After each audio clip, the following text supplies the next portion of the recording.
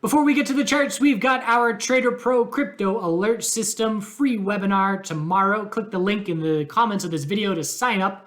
There's a free month trial. If you can't make it, all the stuff will be emailed to you if you sign up. I'll see you tomorrow, 5 p.m. sharp. Hey everyone, hope you had a good weekend. There's a lot to check in on and a lot to talk about, so we're going to go fairly rapid fire. You can slow down the speed if it's too fast. So S&P 500, big bounce today. All of our major sectors up anywhere from 2 to 3%, which is very notable. But it's just one day. We need a shift here to last multiple days and to see follow through.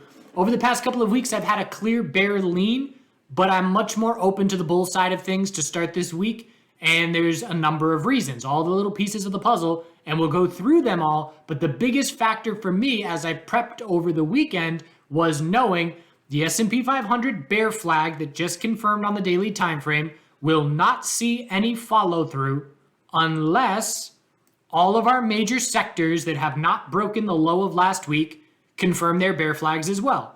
QQQ did, so SPY and QQQ bear flags confirmed. The names that I'm talking about are all the major sectors that have the largest holdings in the S&P 500. Healthcare did not break support. Financial sector did not break support. Russell 2000, IWM did not break support. So the simple statement is the SPY bears will see no follow through unless our other major sectors break support. So we started this week holding those supports and seeing a notable bounce. That's the most important factor to me, but it's just one of them. So now what we need to see on our futures charts into the rest of the week, to start the week, is a 4-hour uptrend. So this move came straight off the lows, and we did that last Wednesday, and it lacked any follow through, and we gave all the move back. Is that possible to happen again? Absolutely. I don't think that's the most likely scenario, but it is definitely a scenario. So we have to prepare for that possibility. What I'm looking for is a 4-hour higher low to be the result of this next consolidation. What's the difference? Just some slight differences. The size of this move is a little bit bigger off the low, not by much, not notable. The biggest difference for me is this move is coming off of a clear support break straight into the bounce. And it's showing me that bears are just starting to lack a little bit of follow through. So I'm looking at the 4-hour trend needing to change on the S&P 500 and the NASDAQ futures chart. And then the most important resistance level is the high of last Wednesday. And that's the most important resistance level for a ton of individual names and ETFs. Break that level and you start to create the space for an eventual daily trend change to try and take place later in the week or into next week. So step 1, we got a nice bounce. Step 2, 4-hour trend change needed on both futures. If you're looking at the ETFs, we need hourly uptrends. SPY, bulls controlled the majority of the day, QQQ. We need a clear higher low and higher high. Again, we did this last Wednesday with no hourly uptrend and we gave it all back. The retracement size tomorrow morning is going to be very key. Bulls do not want to give back more than half of this move or it will be a red flag. But I'm keeping an eye out for potential bullish positions, looking for the higher lows and using recent support levels as my stop. The dollar is looking for a daily higher low. It has not formed yet, but there's a lot of space for it to form. If we're going to see bulls follow through, whether it's commodities, crypto, stocks, we must confirm a daily downtrend. Next time we bounce, we must set the lower high and lower low. Weekly consolidation is on the verge of taking place. And then from there, weekly EMA 12 would be the most important support level. But first things first, it's all about the daily trend to see if we're going to head to weekly EMA 12 after a confirmed daily downtrend. The semiconductors, I'm going to go over a trade review here in just a minute. But semiconductors showing a little bit of relative strength. Look at SMH divided by QQQ. It's the strongest it's been over the last 6-7 days. When the markets are their strongest, ideally, it's QQQ leading. Semiconductors will be leading QQQ, and we're seeing that a little bit. QQQ didn't lead SPY much today. It started much weaker, and then it gained relative strength into the afternoon. But again, I'm less concerned that QQQ is leading to the upside because, again, it's healthcare, financials, Russell, all holding the low. They may be the leaders on this bounce, and that is okay if that ends up being the case. It's okay for me. Tesla, even added a lot of downward weight on SPY and QQQ. Keep in mind, Tesla has a significant holding now, or I should say is a significant holding in these ETFs, and it was down 8% today on delivery numbers. Huge dump. And a very weak bounce, hourly bear flag attempt into the close. Next support levels, now that we've confirmed the weekly downtrend, I'm looking down at 236.98 as the next level, but really it's the monthly. Can we form a monthly higher low compared to 206, or do we see new fear lows? Bulls must confirm a monthly trend change for a bigger picture momentum shift, but we are in a monthly, weekly, daily, and hourly downtrend at this point in time. Go on, you big pig. So, XLV must break the high of Wednesday for bulls to prove follow through. That technically would be a daily uptrend. Anything above 124.46. From there, we would zoom out and watch for a weekly lower high, but it's all about the hourly first and the daily second for me. Some names, I still just care about the hourly. Others like XLV, I'm on to watching the daily. The financial sector has already confirmed the bull break. We held the low of last week, Wednesday, Thursday, Friday, and then we broke resistance. So now the weekly bounce is underway. Anything under 34.64 is just a weekly lower high. Again, I'm not calling a bottom here. I'm looking for a weekly bounce. Maybe it lasts a week, maybe it lasts 2-3 weeks. But that's what I'm now looking for with this short-term momentum shift. Bulls still have a lot of proving to do, but again, I'm just much more open to the bull side of things than I have been recently. IWM, bulls must get over 171 for the resistance break to take place. So I headed into this morning saying all these names, all these sectors must hold daily supports. They all did. Now I'm heading into tomorrow saying all of these sectors must break the high of Wednesday. XLF did it. I need IWM and XLV to do it to then have QQQ and SPY approaching their high of Wednesday resistances. Biotech sector, daily inside bar today. And again, the volatility in the biotech sector is just a thing of beauty. With these leveraged ETFs in both directions, Wednesday, Thursday, Friday, we had double-digit percentage moves in these leveraged ETFs. Friday was in both directions. But Wednesday for the bulls, Thursday for the bears, Friday both directions, and a ton of volatility today. So trade review, I started the morning live stream with a bearish trade attempt on the biotech sector. I was looking bearish because I was looking for SPY and QQQ, who had bounced all pre-market, to give us an hourly lower high compared to the high of Friday. And we started the morning with just a slight amount of weakness, this little 5-minute pullback. We didn't confirm the 5-minute downtrend. That's what I needed for continued confidence. But that 10-minute drop after the open was enough to say, okay, I need to position for the potential that our hourly lower high is being set right now. And so I entered XBI on the morning short first thing, and we dropped real hard. Actually, I didn't enter first thing. We dropped real hard, way weaker than any other sector that I was watching, and then we V-shaped bounce. And so I'm watching the 2-minute time frame on this V-shaped bounce and saying, okay, well, I'm going to top fish the high of the day because we just bounced. I mean, again, here talking about volatility, this is a 6% drop in 6 minutes, 7.5% drop on the leveraged ETF. And if you're using the leveraged ETFs on the bounce, 7.5% in each direction in the first 20 minutes of trading. If you like volatility, it's got it.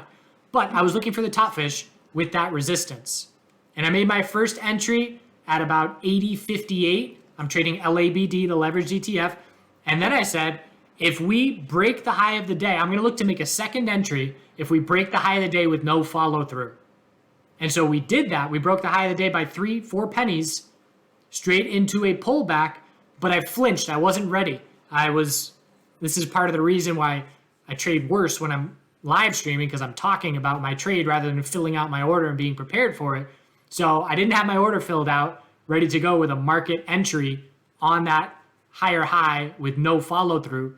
And that completely changed the setup for the trade. Because if I enter that second position, I exit half right here. Why? Because I then have a full position at that point. And if I enter at 80.58, and let's just say 80.80, And again, I'm using LABD, but my average would be 80.70 or 80.69. And if I exit half at 80.50, I'm now risk-free. I stick my stop over the high of the day with the remaining position. And if I stop out, I am risk-free. Because I didn't get my second fill on this pullback here, we were just getting back to my break even and then a little bit of green. But I realized I made a mistake. I did not get the second entry that I wanted. And rather than trying to salvage this trade, I'm exiting break even because I failed. I did not execute the trade game plan as it would have been ideally positioned for. So I exited with a tiny red loss, not even worth mentioning, probably a 2% day loser or something. And then just, okay, I'm done with that trade because I screwed it up. And so I'm not going to try and fix things and try and re-enter. I take a step back and I wait for the next setup. So I then say, okay, I'm still watching for the same thing later in the morning. I get done live streaming. I watch SPY and QQQ still approaching high of yesterday resistances, high of Friday resistances. And look at what XBI starts to do comparative to SPY. So XBI hits the high of the day at 1036. And we start consolidating for the next 20 minutes. What's SPY doing at 1036? It's going up. So here is SPY at 1036. Right here. We pull back. We go sideways for 6 minutes into a new high of the day. The new high of the day is hit at 1046, 1048. What's XBI doing at 1046, 1048? It's not testing the high of the day. It's still showing me relative weakness. So I'm just observing all this relative weakness for the biotech sector. And I'm saying, okay, well, if I'm going to trade bear, and I tweeted about this, but if I'm going to trade bear, it's going to be the biotech sector because it's clearly weaker. And I want the correlation in my favor. And then from there, we end up pulling back and the bears look great because we drop hard. We then confirm a 5-minute downtrend. And look at the drop that we have from that high. We end up pulling back the entire sector almost 3%, which again in the leveraged ETF is an 8% pullback or an 8% bull move if you're in a bear ETF. So I was wrong. I was wrong on SPY and QQQ. I was looking for hourly lower highs compared to high of Friday for my morning framework of my trade game plan. And when you are trading with correlations in your favor, it is so much more forgiving. I got my day maker short the biotech sector, even though the S&P 500 and QQQ did not do what I thought they would do. And so at one point in time, the biotech sector was down 1% off the high of the day, and SPY was down 0.15%. And then the biotech sector was down 2% from the high of the day. SPY was down 0.5%. It was a night and day difference. But because I was on the side with the correlation, recognizing the relative weakness, I had a significant opportunity for gains, even though my initial analysis of the broader market was dead wrong. So I cannot stress enough, correlations. I know I talk about them all the time, but over the last 3 years, it's been the biggest elevation to my trading game plan, or my trading in general, and it's definitely advanced. And I'll make a tweet about it. I'll make a tweet about goats, and I'll get 70 likes. And I make a tweet about this with very important information, and it'll get 8 likes. And that clearly shows me that this is an advanced topic that most people do not understand, and so that tells me that there is a lot of room to teach about this stuff. It also tells me that most people aren't serious traders out there on Twitter, because the ones that are really focusing on this concept. Uranium, weekly inside bar bull break. So weekly higher low is set. That now gives us a new benchmark level. Again, if we see weakness in the dollar, I'm interested in silver because it's been showing us relative strength for weeks. I'm interested in the miners. I'll tell you why in just a moment, but silver with a big bull move. Uranium names have had relative strength for 2 years against the broader market, and Netflix still has a good amount of relative strength with a nice daily equilibrium. So Netflix tightening equilibrium for a month here almost, and trying to set a higher low and head back up towards resistance while still in a weekly uptrend as well. It's a much stronger chart overall over the last month of trading versus most other names in its sector, and certainly SPY and QQQ itself. So CCJ, got to be cautious if we lose the hourly uptrend. It is still intact, but if we lose the hourly uptrend, key daily support is 26.23. The last thing a bull wants to see is a weekly downtrend confirmed. Because if we confirm a weekly downtrend, it's a monthly lower high being set. And we're then going to look to trade within a monthly tightening range for a while. So that daily higher low is key, and that weekly higher low is now key. Bulls must maintain it. The bulls are positioned well if the broader market can put in a bottom, but we've only got one day of a bounce. We're certainly not calling a broader market bounce, or we're not calling a broader market bottom at this point. The VIX, another piece of the puzzle. Look at the zone from 35 to 39. Look at what has happened when we have tested this zone the last 7 times over the last year. 1, 2, 3, 4, 5, 6 rejections, maybe 7. This is a zone where we look for tops. I mean, if we want to go back a year and a half, there's 8 times. 8 times that we've hit this zone, this is where we top out. We're on the verge of weekly consolidation. If the VIX breaks 29.39, it's another rejection and weekly consolidation will then be underway, which would give another point in favor of a broader market bounce. Still daily EMA 12, but something to be keeping an eye on. Silver, weekly trend change confirmed. Again, we could see silver relative strength the last few weeks. It's now confirmed clearly. This is the first weekly uptrend that we've seen in the last 6 months of trading. And it's the largest green day for silver since we had that Reddit silver squeeze stuff going on. It's a very notable bull day for silver. We've got tons of space for a 4-hour higher low to form. And bulls are looking for a bigger picture, looking for something like a 6-month higher low to try and be set here. Look at the COVID. Shouldn't have said it. YouTube does not like that. Look at the lows, the highs. Is this a higher low? This is taking place over 2 years. Maybe, but certainly a great start to the month. 2087 next key level. With that, the miners, look at GDX to end last week. Look at the volume. We're now in our 4th bull day in a row over the average volume. This shows me notable bull volume. But if silver is leading the way, you want to be exposed to junior miners over senior miners. Generally speaking, junior miners have more exposure to silver. So if we look at this miner move and we look at this silver move that we just saw, this GDXJ divided by GDX chart, again, it shows us correlation. This shows me that this move is favoring the junior miners as notably stronger than the senior miners. So which name do I play? The stronger one if I'm looking to play bullish. So if silver is leading, which it is, XAU divided by XAG, big drop. Silver is the strongest it's been comparative to gold in the last 4 months. So silver is leading, which means junior miners are leading. If the dollar, right now we're seeing strength in silver that is disproportionate to the weakness in the dollar. So it is showing me that silver bulls are more confident than dollar bears right now. But again, it's a very notable shift here. And if the dollar, we know the dollar is going to see monthly consolidation at some point. It's inevitable. It will happen. Remember when oil was going up forever and never going to top out? And now we've been pulling back for 3 months.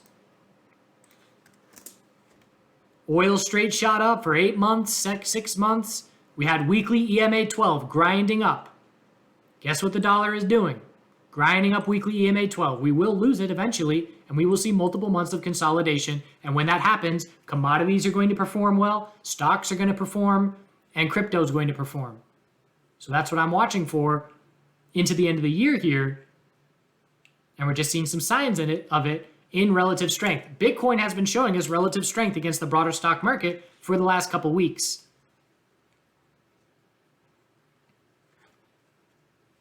Oil daily trend change to the bulls for the first time in a month. 4-hour and daily uptrend are our guides. Zoom out to the weekly. Anything under 96.82 is just a weekly lower high, but it is certainly a short-term shift now underway. Natural gas is still all bears. 4-hour downtrend is our guide. Lower highs. Daily downtrend clear as well. 528 key support level. Bulls are going to try and form a monthly higher low compared to that, but still all short-term bears at the moment. So there's a lot in this video. There's a lot of pieces of the puzzle. I've highlighted the ones that I am watching, and I am open to bulls seeing weekly bounces shape up from here. I'm not aggressively positioned for it yet. I will look to add some positions on silver consolidation, on broader market consolidation. I grabbed some Bitcoin today, bottom fishing the recent lows, but enough of a shift to certainly be paying attention in the direction that I had written off for the last 2 weeks, not even looking in that direction. I'm now keeping an eye open on that direction. That's what it boils down to. All right. Do good things. See you tomorrow.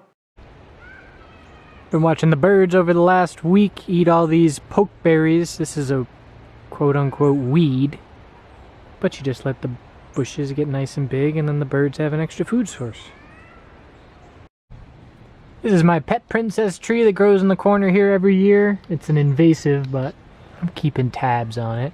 Don't know what's going on with its leaves. I don't know if that's something that just eats along the veins of the leaves, or if that's just how it could be a fungus rotting it out, but it's a pretty cool pattern.